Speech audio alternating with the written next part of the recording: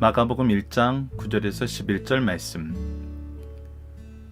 그때 예수께서 갈릴리 나사렛으로부터 와서 요단강에서 요한에게 세례를 받으시고 곧 물에서 올라오실새 하늘이 갈라짐과 성령이 비둘기같이 자기에게 내려오심을 보시더니 하늘로부터 소리가 나기를 너는 내 사랑하는 아들이라 내가 너를 기뻐하노라 하시니라.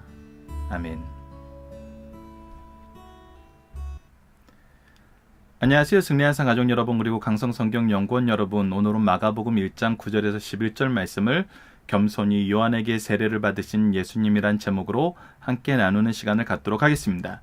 자, 어제 말씀을 통해서 예수님의 길을 준비하는 이사야서의 예언대로 이 땅에 온 세례 요한과 그의 사역을 봤습니다. 이제 그의 사역이 예수님의 사역으로 어떻게 연결되는지, 그 길을 곧게 하라 하시고 그 고른 길을 통해서 우리에게 오시는 하나님의 은혜와 능력이 무엇인지 보는 시간을 갖도록 하겠습니다. 자, 9절입니다. 그때에 세례 요한이 예수님의 성령 세례, 회개에 대해서 가르칠 때 그 예수님께서 갈릴리 나사렛으로부터 왔어요. 예수님이 사셨던 곳은 갈릴리 지역의 나사렛이었어요. 그리고 이것 또한 성경대로 이루어지는 것을 우리가 이미 지난달 말씀을 통해서 확인할 수 있었습니다. 그래서 그곳에서 와서 요단강에서 요한에게 세례를 받으시고, 자, 분명히 보십시오. 이제 이 부분이 우리가 이제 깊이 있게 봐야 되는 부분입니다. 요한이 베풀었던 세례는 어떤 것이죠? 바로 회개의 세례였어요. 유대인들은 아브라함의 자손이기 때문에 자신들에게는 세례가 필요 없고 그 자연스럽게 이 민족에서 태어난 것이 하나님의 백성되는 자연스러운 그런 과정으로 봤어요. 근데 요한은 그렇게 얘기하지 않고 너희들이 회개해야 된다고 얘기하고 회개의 역사를 통해서 천국을 준비해야 됨을 우리에게 가르쳐줬어요. 그런데 이 회개는 그래서 죄에 대한 회개였는데, 그리고 이 세례는 회개의 세례였는데, 예수님께서, 죄가 없으신 예수님께서 요한에게 세례를 받으셨다는 거예요. 자, 이것은 우리가 뭘 볼 수 있습니까? 9절 말씀에서 이 내용이 우리에게 분명하게 소개되고 있는데, 그때 예수께서 갈릴리 나사렛으로부터 와서라는 말씀을 통해서, 그리고 우리가 이미 1절에서부터 8절까지의 말씀을 통해서 하나님의 구속사는 항상 무엇에 의해서 이루어지고 있어요? 하나님의 말씀에 의해서 이루어지고 있어요. 하나님의 언약의 약속을 통해서, 언약을 통해서 이루어지고 있어요. 그래서 이 모든 것은 누구의 계획이었어요? 하나님의 계획이었어요. 자, 하나님의 계획 안에서 우리가 일한다는 것은 우리의 생각과 우리의 기준과 우리의 판단과 우리의 지식이 그것에 대한 결정의 기준이 되는 것이 아니라 오직 하나님의 뜻이 결정의 기준이라는 거예요. 그래서 예수님께서 요한에게 세례를 받으신다는 것은 예수님이 무엇을 보여주는 거예요? 하나님의 구속의 역사의 성취를 위해서 이 땅에 왔고, 무엇에 순종하는 거예요? 하나님의 계획에 순종하는 거예요. 즉, 우리가 무엇이 있다 없다라는 거, 무엇이 맞다 틀리다라는 것을 판단하기 전에 먼저 우리가 무엇을 봐야 된다는 거예요? 하나님의 뜻이, 하나님의 계획이, 하나님이 나에게 명령하시는 것이 무엇인지를 가르쳐 준다는 거예요. 그것을 먼저 보고 그것을 따라야 된다는 거예요. 옳고 그름을 판단하실 분은 누구밖에 없어요? 하나님밖에 없어요. 우리에게 그 기준을 제시해 주셨던 것이지 우리가 그 기준으로 우리가 옳다 그러다를 판단할 수 없어요. 그래서 예수님께서 요한의 세례를 받으셨다는 것은 예수님께서 죄가 있느냐 없느냐를 판단하는 기준이 되는 것이 아니라 예수님과 세례 요한의 사역이 무엇에 근거한 것이란 거예요? 하나님의 뜻과 하나님의 계획에 근거한 것이란 거예요.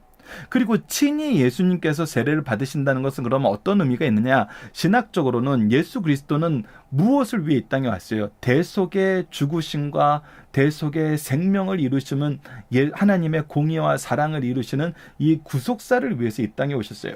그래서 예수님께서 세례를 받으셨다는 것은 동시에 우리에게 무엇을 보여주고 있냐면, 예수님이 이 구속을 위해서 우리 대신에 세례를 받으셨다는 그런 대속적인 대표성의 의미도 있어요.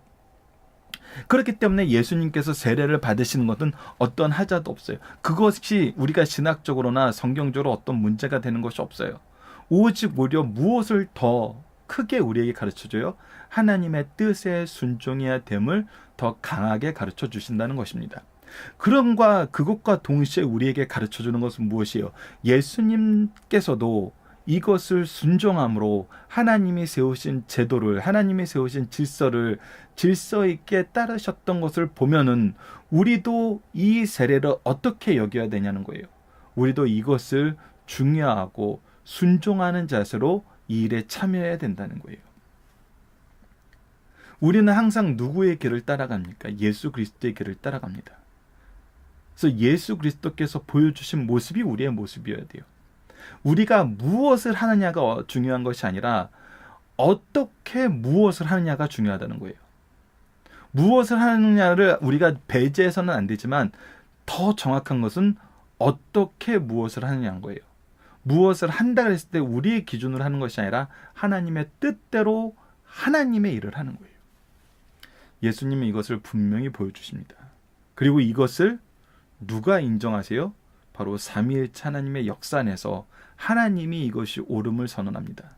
자, 10절 말씀을 봅시다. 10절과 11절 말씀은 성경 안에서 가장 아름다운 모습 중에 하나였죠. 바로 구속을 이루시는 삼위일체 하나님이 우리에게 한 장면에서 보여주는 정말 영광스러운 모습입니다. 10절 말씀을 보면 곧 물에서 올라오실세. 누가 올라오고 계세요? 바로 이 요한에게 세례를 받으시고 예수님이 올라오고 계세요. 하늘이 갈라짐과 성령이 비둘기같이 자기에게 내려오심을 보이더니, 자, 성령께서 이 자리에 함께하고 계세요. 그리고 하늘로부터 소리가 나기를, 누가 말씀하신 거예요? 성부 하나님께서 말씀하시는 거예요. 너는 내 사랑하는 아들이라, 내가 너를 기뻐하노라. 이 두 가지 메시지가 있습니다. 자, 하나님께서 예수님에 대해서 뭐라고 얘기하냐면 너는 내 사랑하는 아들이라 라고 얘기해요. 바로 하나님의 후계자, 하나님이 세우신 왕임을 우리에게 분명히 드러내주고 있어요. 그리고 이 예수님이 이 사역을, 하나님께서 계획하신 이 사역을 어떻게 하는 거예요? 기뻐하게 하신다는 거예요. 즉 하나님의 뜻대로 모든 것을 이루신다는 거예요. 우리가 사복음서를 통해서 항상 예수님의 사역을 예수님께서 스스로 얘기하실 때 어떻게 얘기하시냐면 아버지께서 나에게 하라고 하신 일, 아버지의 뜻대로만 하신다는 것을 우리에게 반복적으로 가르쳐주는 걸 볼 수 있어요. 특히 요한복음 안에서도 아버지가 일하시니 나도 일하신다 그러고, 아버지의 뜻대로 내가 일한다 그러고, 아버지에게 나에게 주신 자를 내가 하나도 잃지 않을 것이라고 얘기하면서 예수님의 모든 사역이 하나님의 뜻대로 있음을 보게 되고, 예수 그리스도께서 보여주신 모든 이적이 자기의 생각과 자기의 판단과 자기의 필요에 의해서 이루어진 것이 아니라 오직 하나님의 뜻 안에서 이루어지는 것을 볼 수 있었어요. 그래서 예루살렘에 올라가실 때도 하나님이 정하신 때 하나님이 정하신 장소로 가신 거였고, 방법도 하나님이 정하신 방법이었고, 모든 것이 하나님의 뜻대로 이루어진 걸 볼 수 있었어요. 그렇기 때문에 하나님께서 선언하시는 것입니다. 내가 너를 기뻐하노라. 이것이 우리가 예수님을 통해서 보게 되는 것이고, 10절과 11절 말씀에서는 정말 하나님께서, 성부 하나님께서 구원을 계획하시고, 우리가 어제 봤던 거죠. 성자께서 구원을 성취하시고 성령께서 구원을 적용하심을 우리에게 더 구체적으로 보여주고 있다는 것입니다. 삼위일체 하나님의 역사의 시작이 삼위일체 하나님의 선언으로 시작되는 것이 바로 오늘 본문 말씀에서 우리가 경험하게 되는 것입니다. 그리고 이것을 예수님께서는 순종함으로 이루고 계심을 볼 수 있습니다. 자, 본문 묵상하기를 보도록 하겠습니다. 예수님은 어디에서 오셔서 어디에서 누구에게 세례 받으셨나요? 바로 갈릴리 나사렛으로부터 오셔서 요단강에서 요한에게 세례를 받았습니다. 예수님의 사역의 시작이 세례 요한의 사역의 마무리와 인정을 통해서 이루어지는 거예요. 인정한다는 건 뭐예요? 세례 요한의 사역이 하나님의 뜻과 일치됨을 예수님께서 세례를 받으심으로 친히 증명하시고, 삼위일체 하나님께서 10절과 11절에서 나타난 것처럼 이것이 옳음을 선언하시고 앞으로 예수 그리스도의 사역이 어떻게 되고 예수님이 누구신지 선언하심으로 시작된다는 거예요. 삼위일체 하나님의 완전한 구속의 역사가 시작된다는 것입니다. 이때 무슨 일이 일어납니까? 예수님께서 물에서 올라오실 때 하늘이 갈라짐으로 성령이 비둘기같이 자기에게 내려오심과 하늘로부터 소리가 나서 너는 내 사랑하는 아들이라 내가 너를 기뻐하노라는 성부 하나님의 선언으로 이 구속의 사역이, 이 복음이 시작되는 것을 우리에게 보여줍니다. 자, 우리가 중심 사상을 하나씩 보도록 하겠습니다. 첫 번째 중심 사상은 세례의 중요성을 가르쳐 주십니다. 이 세례는 지금까지도 이어지고 있어요. 하나님께서 이 구속의 역사를 우리에게 가르쳐 줄 때 가장 중요하게 여기시는 것이 무엇임을 가르쳐 주냐면 회개임을 가르쳐 주십니다. 그래서 예수님께서도 죄가 없으시지만 겸손하게 이 세례를 받으심으로 우리가 이것을 바로 지키게 하셨어요. 그렇기 때문에 우리도 이것을 중요하게 여겨야 되고, 이것을 우리가 하나님이 세우신 질서 안에서 순종하는 것이, 겸손한 순종이 우리 신앙생활의 가장 중요함을 우리가 알아야 됩니다. 자, 두 번째는 예수님께서 요한에게 세례를 받으신 구체적인 이유는 모든 의를 이루시는 것이 합당하시기 때문이에요. 즉 하나님의 뜻대로 하나님의 의를 이루는 방향으로 우리의 사역은 가야 된다는 거예요. 우리의 사역의 방향이 합리적인 거, 또 우리가 보기에 옳은 거, 세상 사람들이 요구하는 거, 이런 것이 아니에요. 하나님의 뜻대로 하나님의 의를 이루는 방법이에요.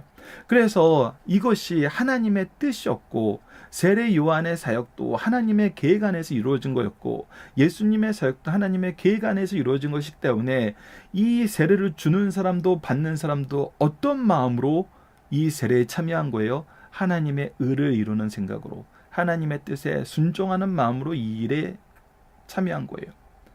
그렇기 때문에 우리가 항상 바라봐야 되는 건 무엇이에요? 하나님의 의가 이루어지는 것이 무엇인지를 봐야 되는 거예요. 누가 높고 낮음을 보는 것이 아니에요. 누가 잘하고 잘못하고를 보는 것이 아니에요. 어떤 것이 하나님의 의냐를 보는 거예요. 이것은 예수님께서 우리에게 지속적으로 보여주는 모습입니다. 그리고 마지막 세 번째로는 말씀을 통해서 우리가 경험하게 된 삼위일체 하나님의 역사에 대한 감동을 느낄 수 있습니다. 이것이 우리가 복음서를 볼 때마다 가장 아름다운 모습 중에 하나잖아요. 바로 성부, 성자, 성령의 구속의 사역이 선언되는 장면이에요. 이 일 이후에 이 삼위일체 하나님의 구속의 역사가 얼마나 놀라운지 성경은 지속적으로 우리에게 가르쳐주고 있어요. 삼위일체 하나님의 역사이기 때문에 우리가 온전히 승리하고 그 안에서 평화를 누리게 됨을 가르쳐주고 있어요. 우리의 의로 되는 것이 아님을 우리는 이미 로마서에서 받고, 우리에게 주신 은혜의 이 깊이와 높이와 넓이와 길이가 얼마나 큰지를 우리는 경험하게 됩니다. 그리고 그 시작을 오늘 본문 말씀은 삼위일체 하나님의 역사를 드러냄으로써 우리에게 좀 더 명확하게 볼 수 있도록 우리에게 은혜를 주시고 있습니다.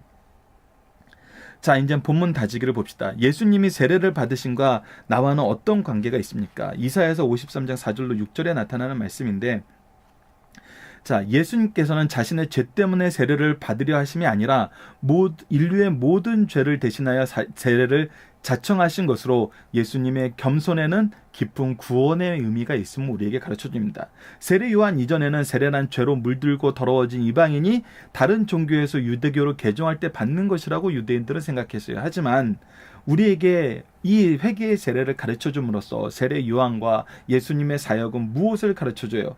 우리가 구원의 상속자로 여겨도 회개의 세례가 필요 없는 것이 아니라 회개의 세례를 통해서 하나님 나라를 준비하고 예수 그리스도를 받아들일 수 있어야 된다는 거예요. 그래서 우리는 이 세례를 받음으로써 회개의 세례의 역사가 있음과 없음의 차이를 앞으로 복음서를 통해서 계속 보게 됩니다. 회개의 역사를 통해서 하나님의 아는 지식과 하나님을 찾는 마음과 하나님께로 돌아가는 그 의지를 가진 자들은 예수 그리스도를 믿고 그를 구주로 고백할 수 있었어요.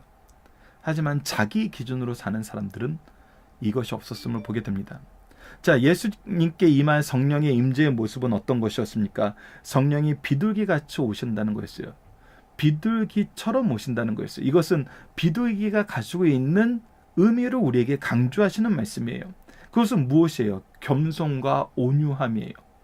그리고 비둘기는 가난한 자들이 바치는 이 제사의 제물이었어요. 그렇기 때문에 이 안에서 우리에게 복음이 있는 사람들뿐만 아니라 없는 사람들에게도 모든 사람들에게 오는 하나님의 복된 소식임을 알려주신과 동시에 예수 그리스도의 사역이 겸손함과 온유함의 사역, 평화를 주시는 사역임을 가르쳐주고 있다는 것입니다. 마지막 세 번째, 예수님이 세례를 받으시고 올라올 때 하늘에서 들려온 소리는 우리가 조금 전에도 나눴던 것처럼 이는 내 사랑하는 아들이라 내가 그를 기뻐하노라를 통해서 예수님께서 하나님이 보내신 육체의 몸을 입고 계신 성자 참신이신 하나님이시고 하나님의 모든 통치의 능력을 받으신 분임을 우리에게 가르쳐준과 동시에 하나님의 뜻대로 모든 것을 이루시는 분임을 우리에게 가르쳐준다는 것입니다. 자, 적용하기입니다. 예수님이 보여주신 겸손의 모습을 통해 우리가 사명을 감당할 때 보여야 되는 겸손의 모습은 무엇입니까? 자, 우리가 사명을 감당할 때 보여야 되는 겸손의 모습은 무엇입니까? 이것은 우리에게 분명히 나타나니까 우리가 사명을 감당할 때는 이 세상이 가르쳐주는 것은 무엇이냐면 내가 무슨 일을 감당할 능력이 있는가예요. 그리고 자원이 있는가예요. 이것을 이루는 시스템은 어떻게 구축되냐, 시스템의 구축이에요. 그래서 내가 능력 있는 사람 중심으로 해야 돼. 자원을 확보해서 해야 돼. 자원 있는 사람 중심으로 해야 돼. 이것이 잘 갖춰진 시스템 안에서 이루어져야 돼. 라고 얘기하지만 하나님이 우리에게 사명을 감당하게 하실 때 예수님을 통해서 보여주신 모습은 뭐예요? 우선 겸손해야 돼요. 그리고 온유해야 된다는 것입니다. 누구에게 겸손하고 어떤 마음으로 온유하는 거예요? 하나님께 겸손하고 하나님의 마음으로 온유함으로 사람들을 향해서 나아간다는 거예요. 이것은 결국 우리가 무엇을 이룬 거예요? 하나님의 의를 이루는 거예요. 우리가 능력으로 사명을 감당하는 것이 아니에요. 자원으로 무엇을 갖추고 하는 것이 아니에요. 어떤 체계에서 하는 것이 아니에요. 물론 이것은 부수적으로 우리에게 주시긴 해요. 하지만 이것이 중점이 아니에요. 무엇이 중점이에요? 하나님을 이루는 것이 중점이고 이 하나님의 의를 이루는 사람들의 특징은 겸손과 온유함이라는 거예요. 이것이 우리가 항상 기억해야 되는 거라는 겁니다. 그래서 교회 일꾼을 세울 때 우리는 어떤 사람을 세워요? 하나님의 의를 이루는 것이 목적이 되고 겸손하고 온유한 사람을 세우면은 그에게 하나님이 필요할 때 능력을 주시고 자원을 주시고 사람을 보내셔서 시스템을 구축하게 하세요. 근데 능력 있는 사람, 자원 있는 사람, 시스템을 구축할 수 있는 사람을 뽑아놓으면은 그들에게 겸손과 온유가 없고 하나님의 의를 이루는 목적으로 가지 않고 자신들이 세우려는 목적을 향하여 가게 만들어요. 이것이 우리가 항상 분쟁을 겪게 되는 이유입니다. 그렇기 때문에 우리가 사명을 감당하려고 할 때는 목적은 하나님의 의를 이루는 것이고 그들에게 가장 필요한 자세는 겸손과 온유함이고 그리고 마지막이 능력과 자원과 시스템이에요.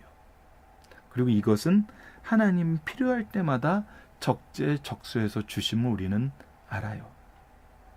그래서 하나님 앞에 겸손하고 사람들에게 온유한 사람이 오히려 칭찬받고 하나님의 뜻에 이르는데 더 크게 쓰임받음을 우리는 교회의 역사를 통해서 이미 알고 있습니다. 이것을 기억하면서 우리가 어떻게 사명을 감당해야 되는지 항상 살펴볼 수 있는 우리 승리하는 삶 가족 여러분들 그리고 강성성경연구원 여러분들 되었으면 합니다. 자, 말씀을 기초로 기도하기 또 기도 나누기입니다. 이번 주 공동 기도 제목 어제 이어서 계속 봅니다. 말씀을 통해서 우리에게 주신 사명이 무엇인지 이 사명을 이루게 하시는 복음의 능력이 무엇인지 오늘 본문 말씀에서 나오죠. 겸손과 온유함입니다. 그리고 이 겸손과 온유함이 있는 사람에게는 능력도 주시고 재능도 주시고 자본도 주시고 또 이것을 할 수 있는 사람들을 보내서 시스템도 이루게 하세요. 하지만 겸손과 온유함이 없을 때는 오히려 우리의 교만이 하나님의 사역을 방해할 때도 있다는 것을 알아야 됩니다. 자, 오늘 본문 말씀에서 우리가 함께 기도하는 것은 말씀이 주시는 참된 간격을 소유할 수 있는 지혜와 은혜를 허락하여 주시옵소서. 이 말씀이 우리에게 얼마나 놀라운 은혜를 주시는 복음인지 이것이 얼마나 아름다운지 얼마나 놀라운 구속 사역인지 이것을 우리가 알아야 됩니다. 이것은 하나님이 주신 지혜와 말씀의 교육을 통해서 우리가 이루어질 수 있어요. 하나님의 뜻을 따르며 질서 속에서 겸손한 삶을 살게 하여 주시옵소서. 이것이 먼저입니다. 이것이 먼저예요. 자, 그래서 우리가 이 기도 제목을 통해서 이것을 구체화할 때 다시 한번 보는 것이지만, 우리가 이 말씀의 모임을 한 걸음 한 걸음 이루어 나갈 때 무엇이 있어야 되냐면, 나는 무엇을 보고 일해요? 하나님을 보고 일해요. 하나님을 보고 일해요. 하나님이 나에게 주신 일이니까 겸손히 하는 거예요. 그리고 내가 이 일을 할 때는 온유함으로 해요. 사람들을 대할 때는 온유함이에요. 내가 이렇게 준비했는데, 내가 이렇게 헌신했는데 너희들 어떻게 이렇게 나한테 내 마음도 몰라주고 내 수고도 몰라주고 내 정성도 몰라주고 항상 이렇게 나를 거역하냐 하면서 그들을 미워하거나 질책하는 것이 아니라, 우리가 끊임없이 기도하면서 온유함으로 나아갈 수 있도록, 특히 어제 청소년들을 위해서 제가 청소년들이 이 승리한 삶을 잘 활용하면서 말씀의 은혜를 누리도록 함께 기도해달라고 부탁했는데, 오늘은 이어서 청소년들을 향하여 우리가 하나님 앞에 겸손함으로 일하고 자녀들을, 제자들을 사랑함으로, 온유함으로 대할 수 있도록, 젠틀하게 대할 수 있도록, 그리고 우리가 인내하면서 대할 수 있도록 기도해 주시길 부탁드립니다. 오늘 승리하는 삶 강좌는 이것으로 마치도록 하겠습니다. 감사합니다.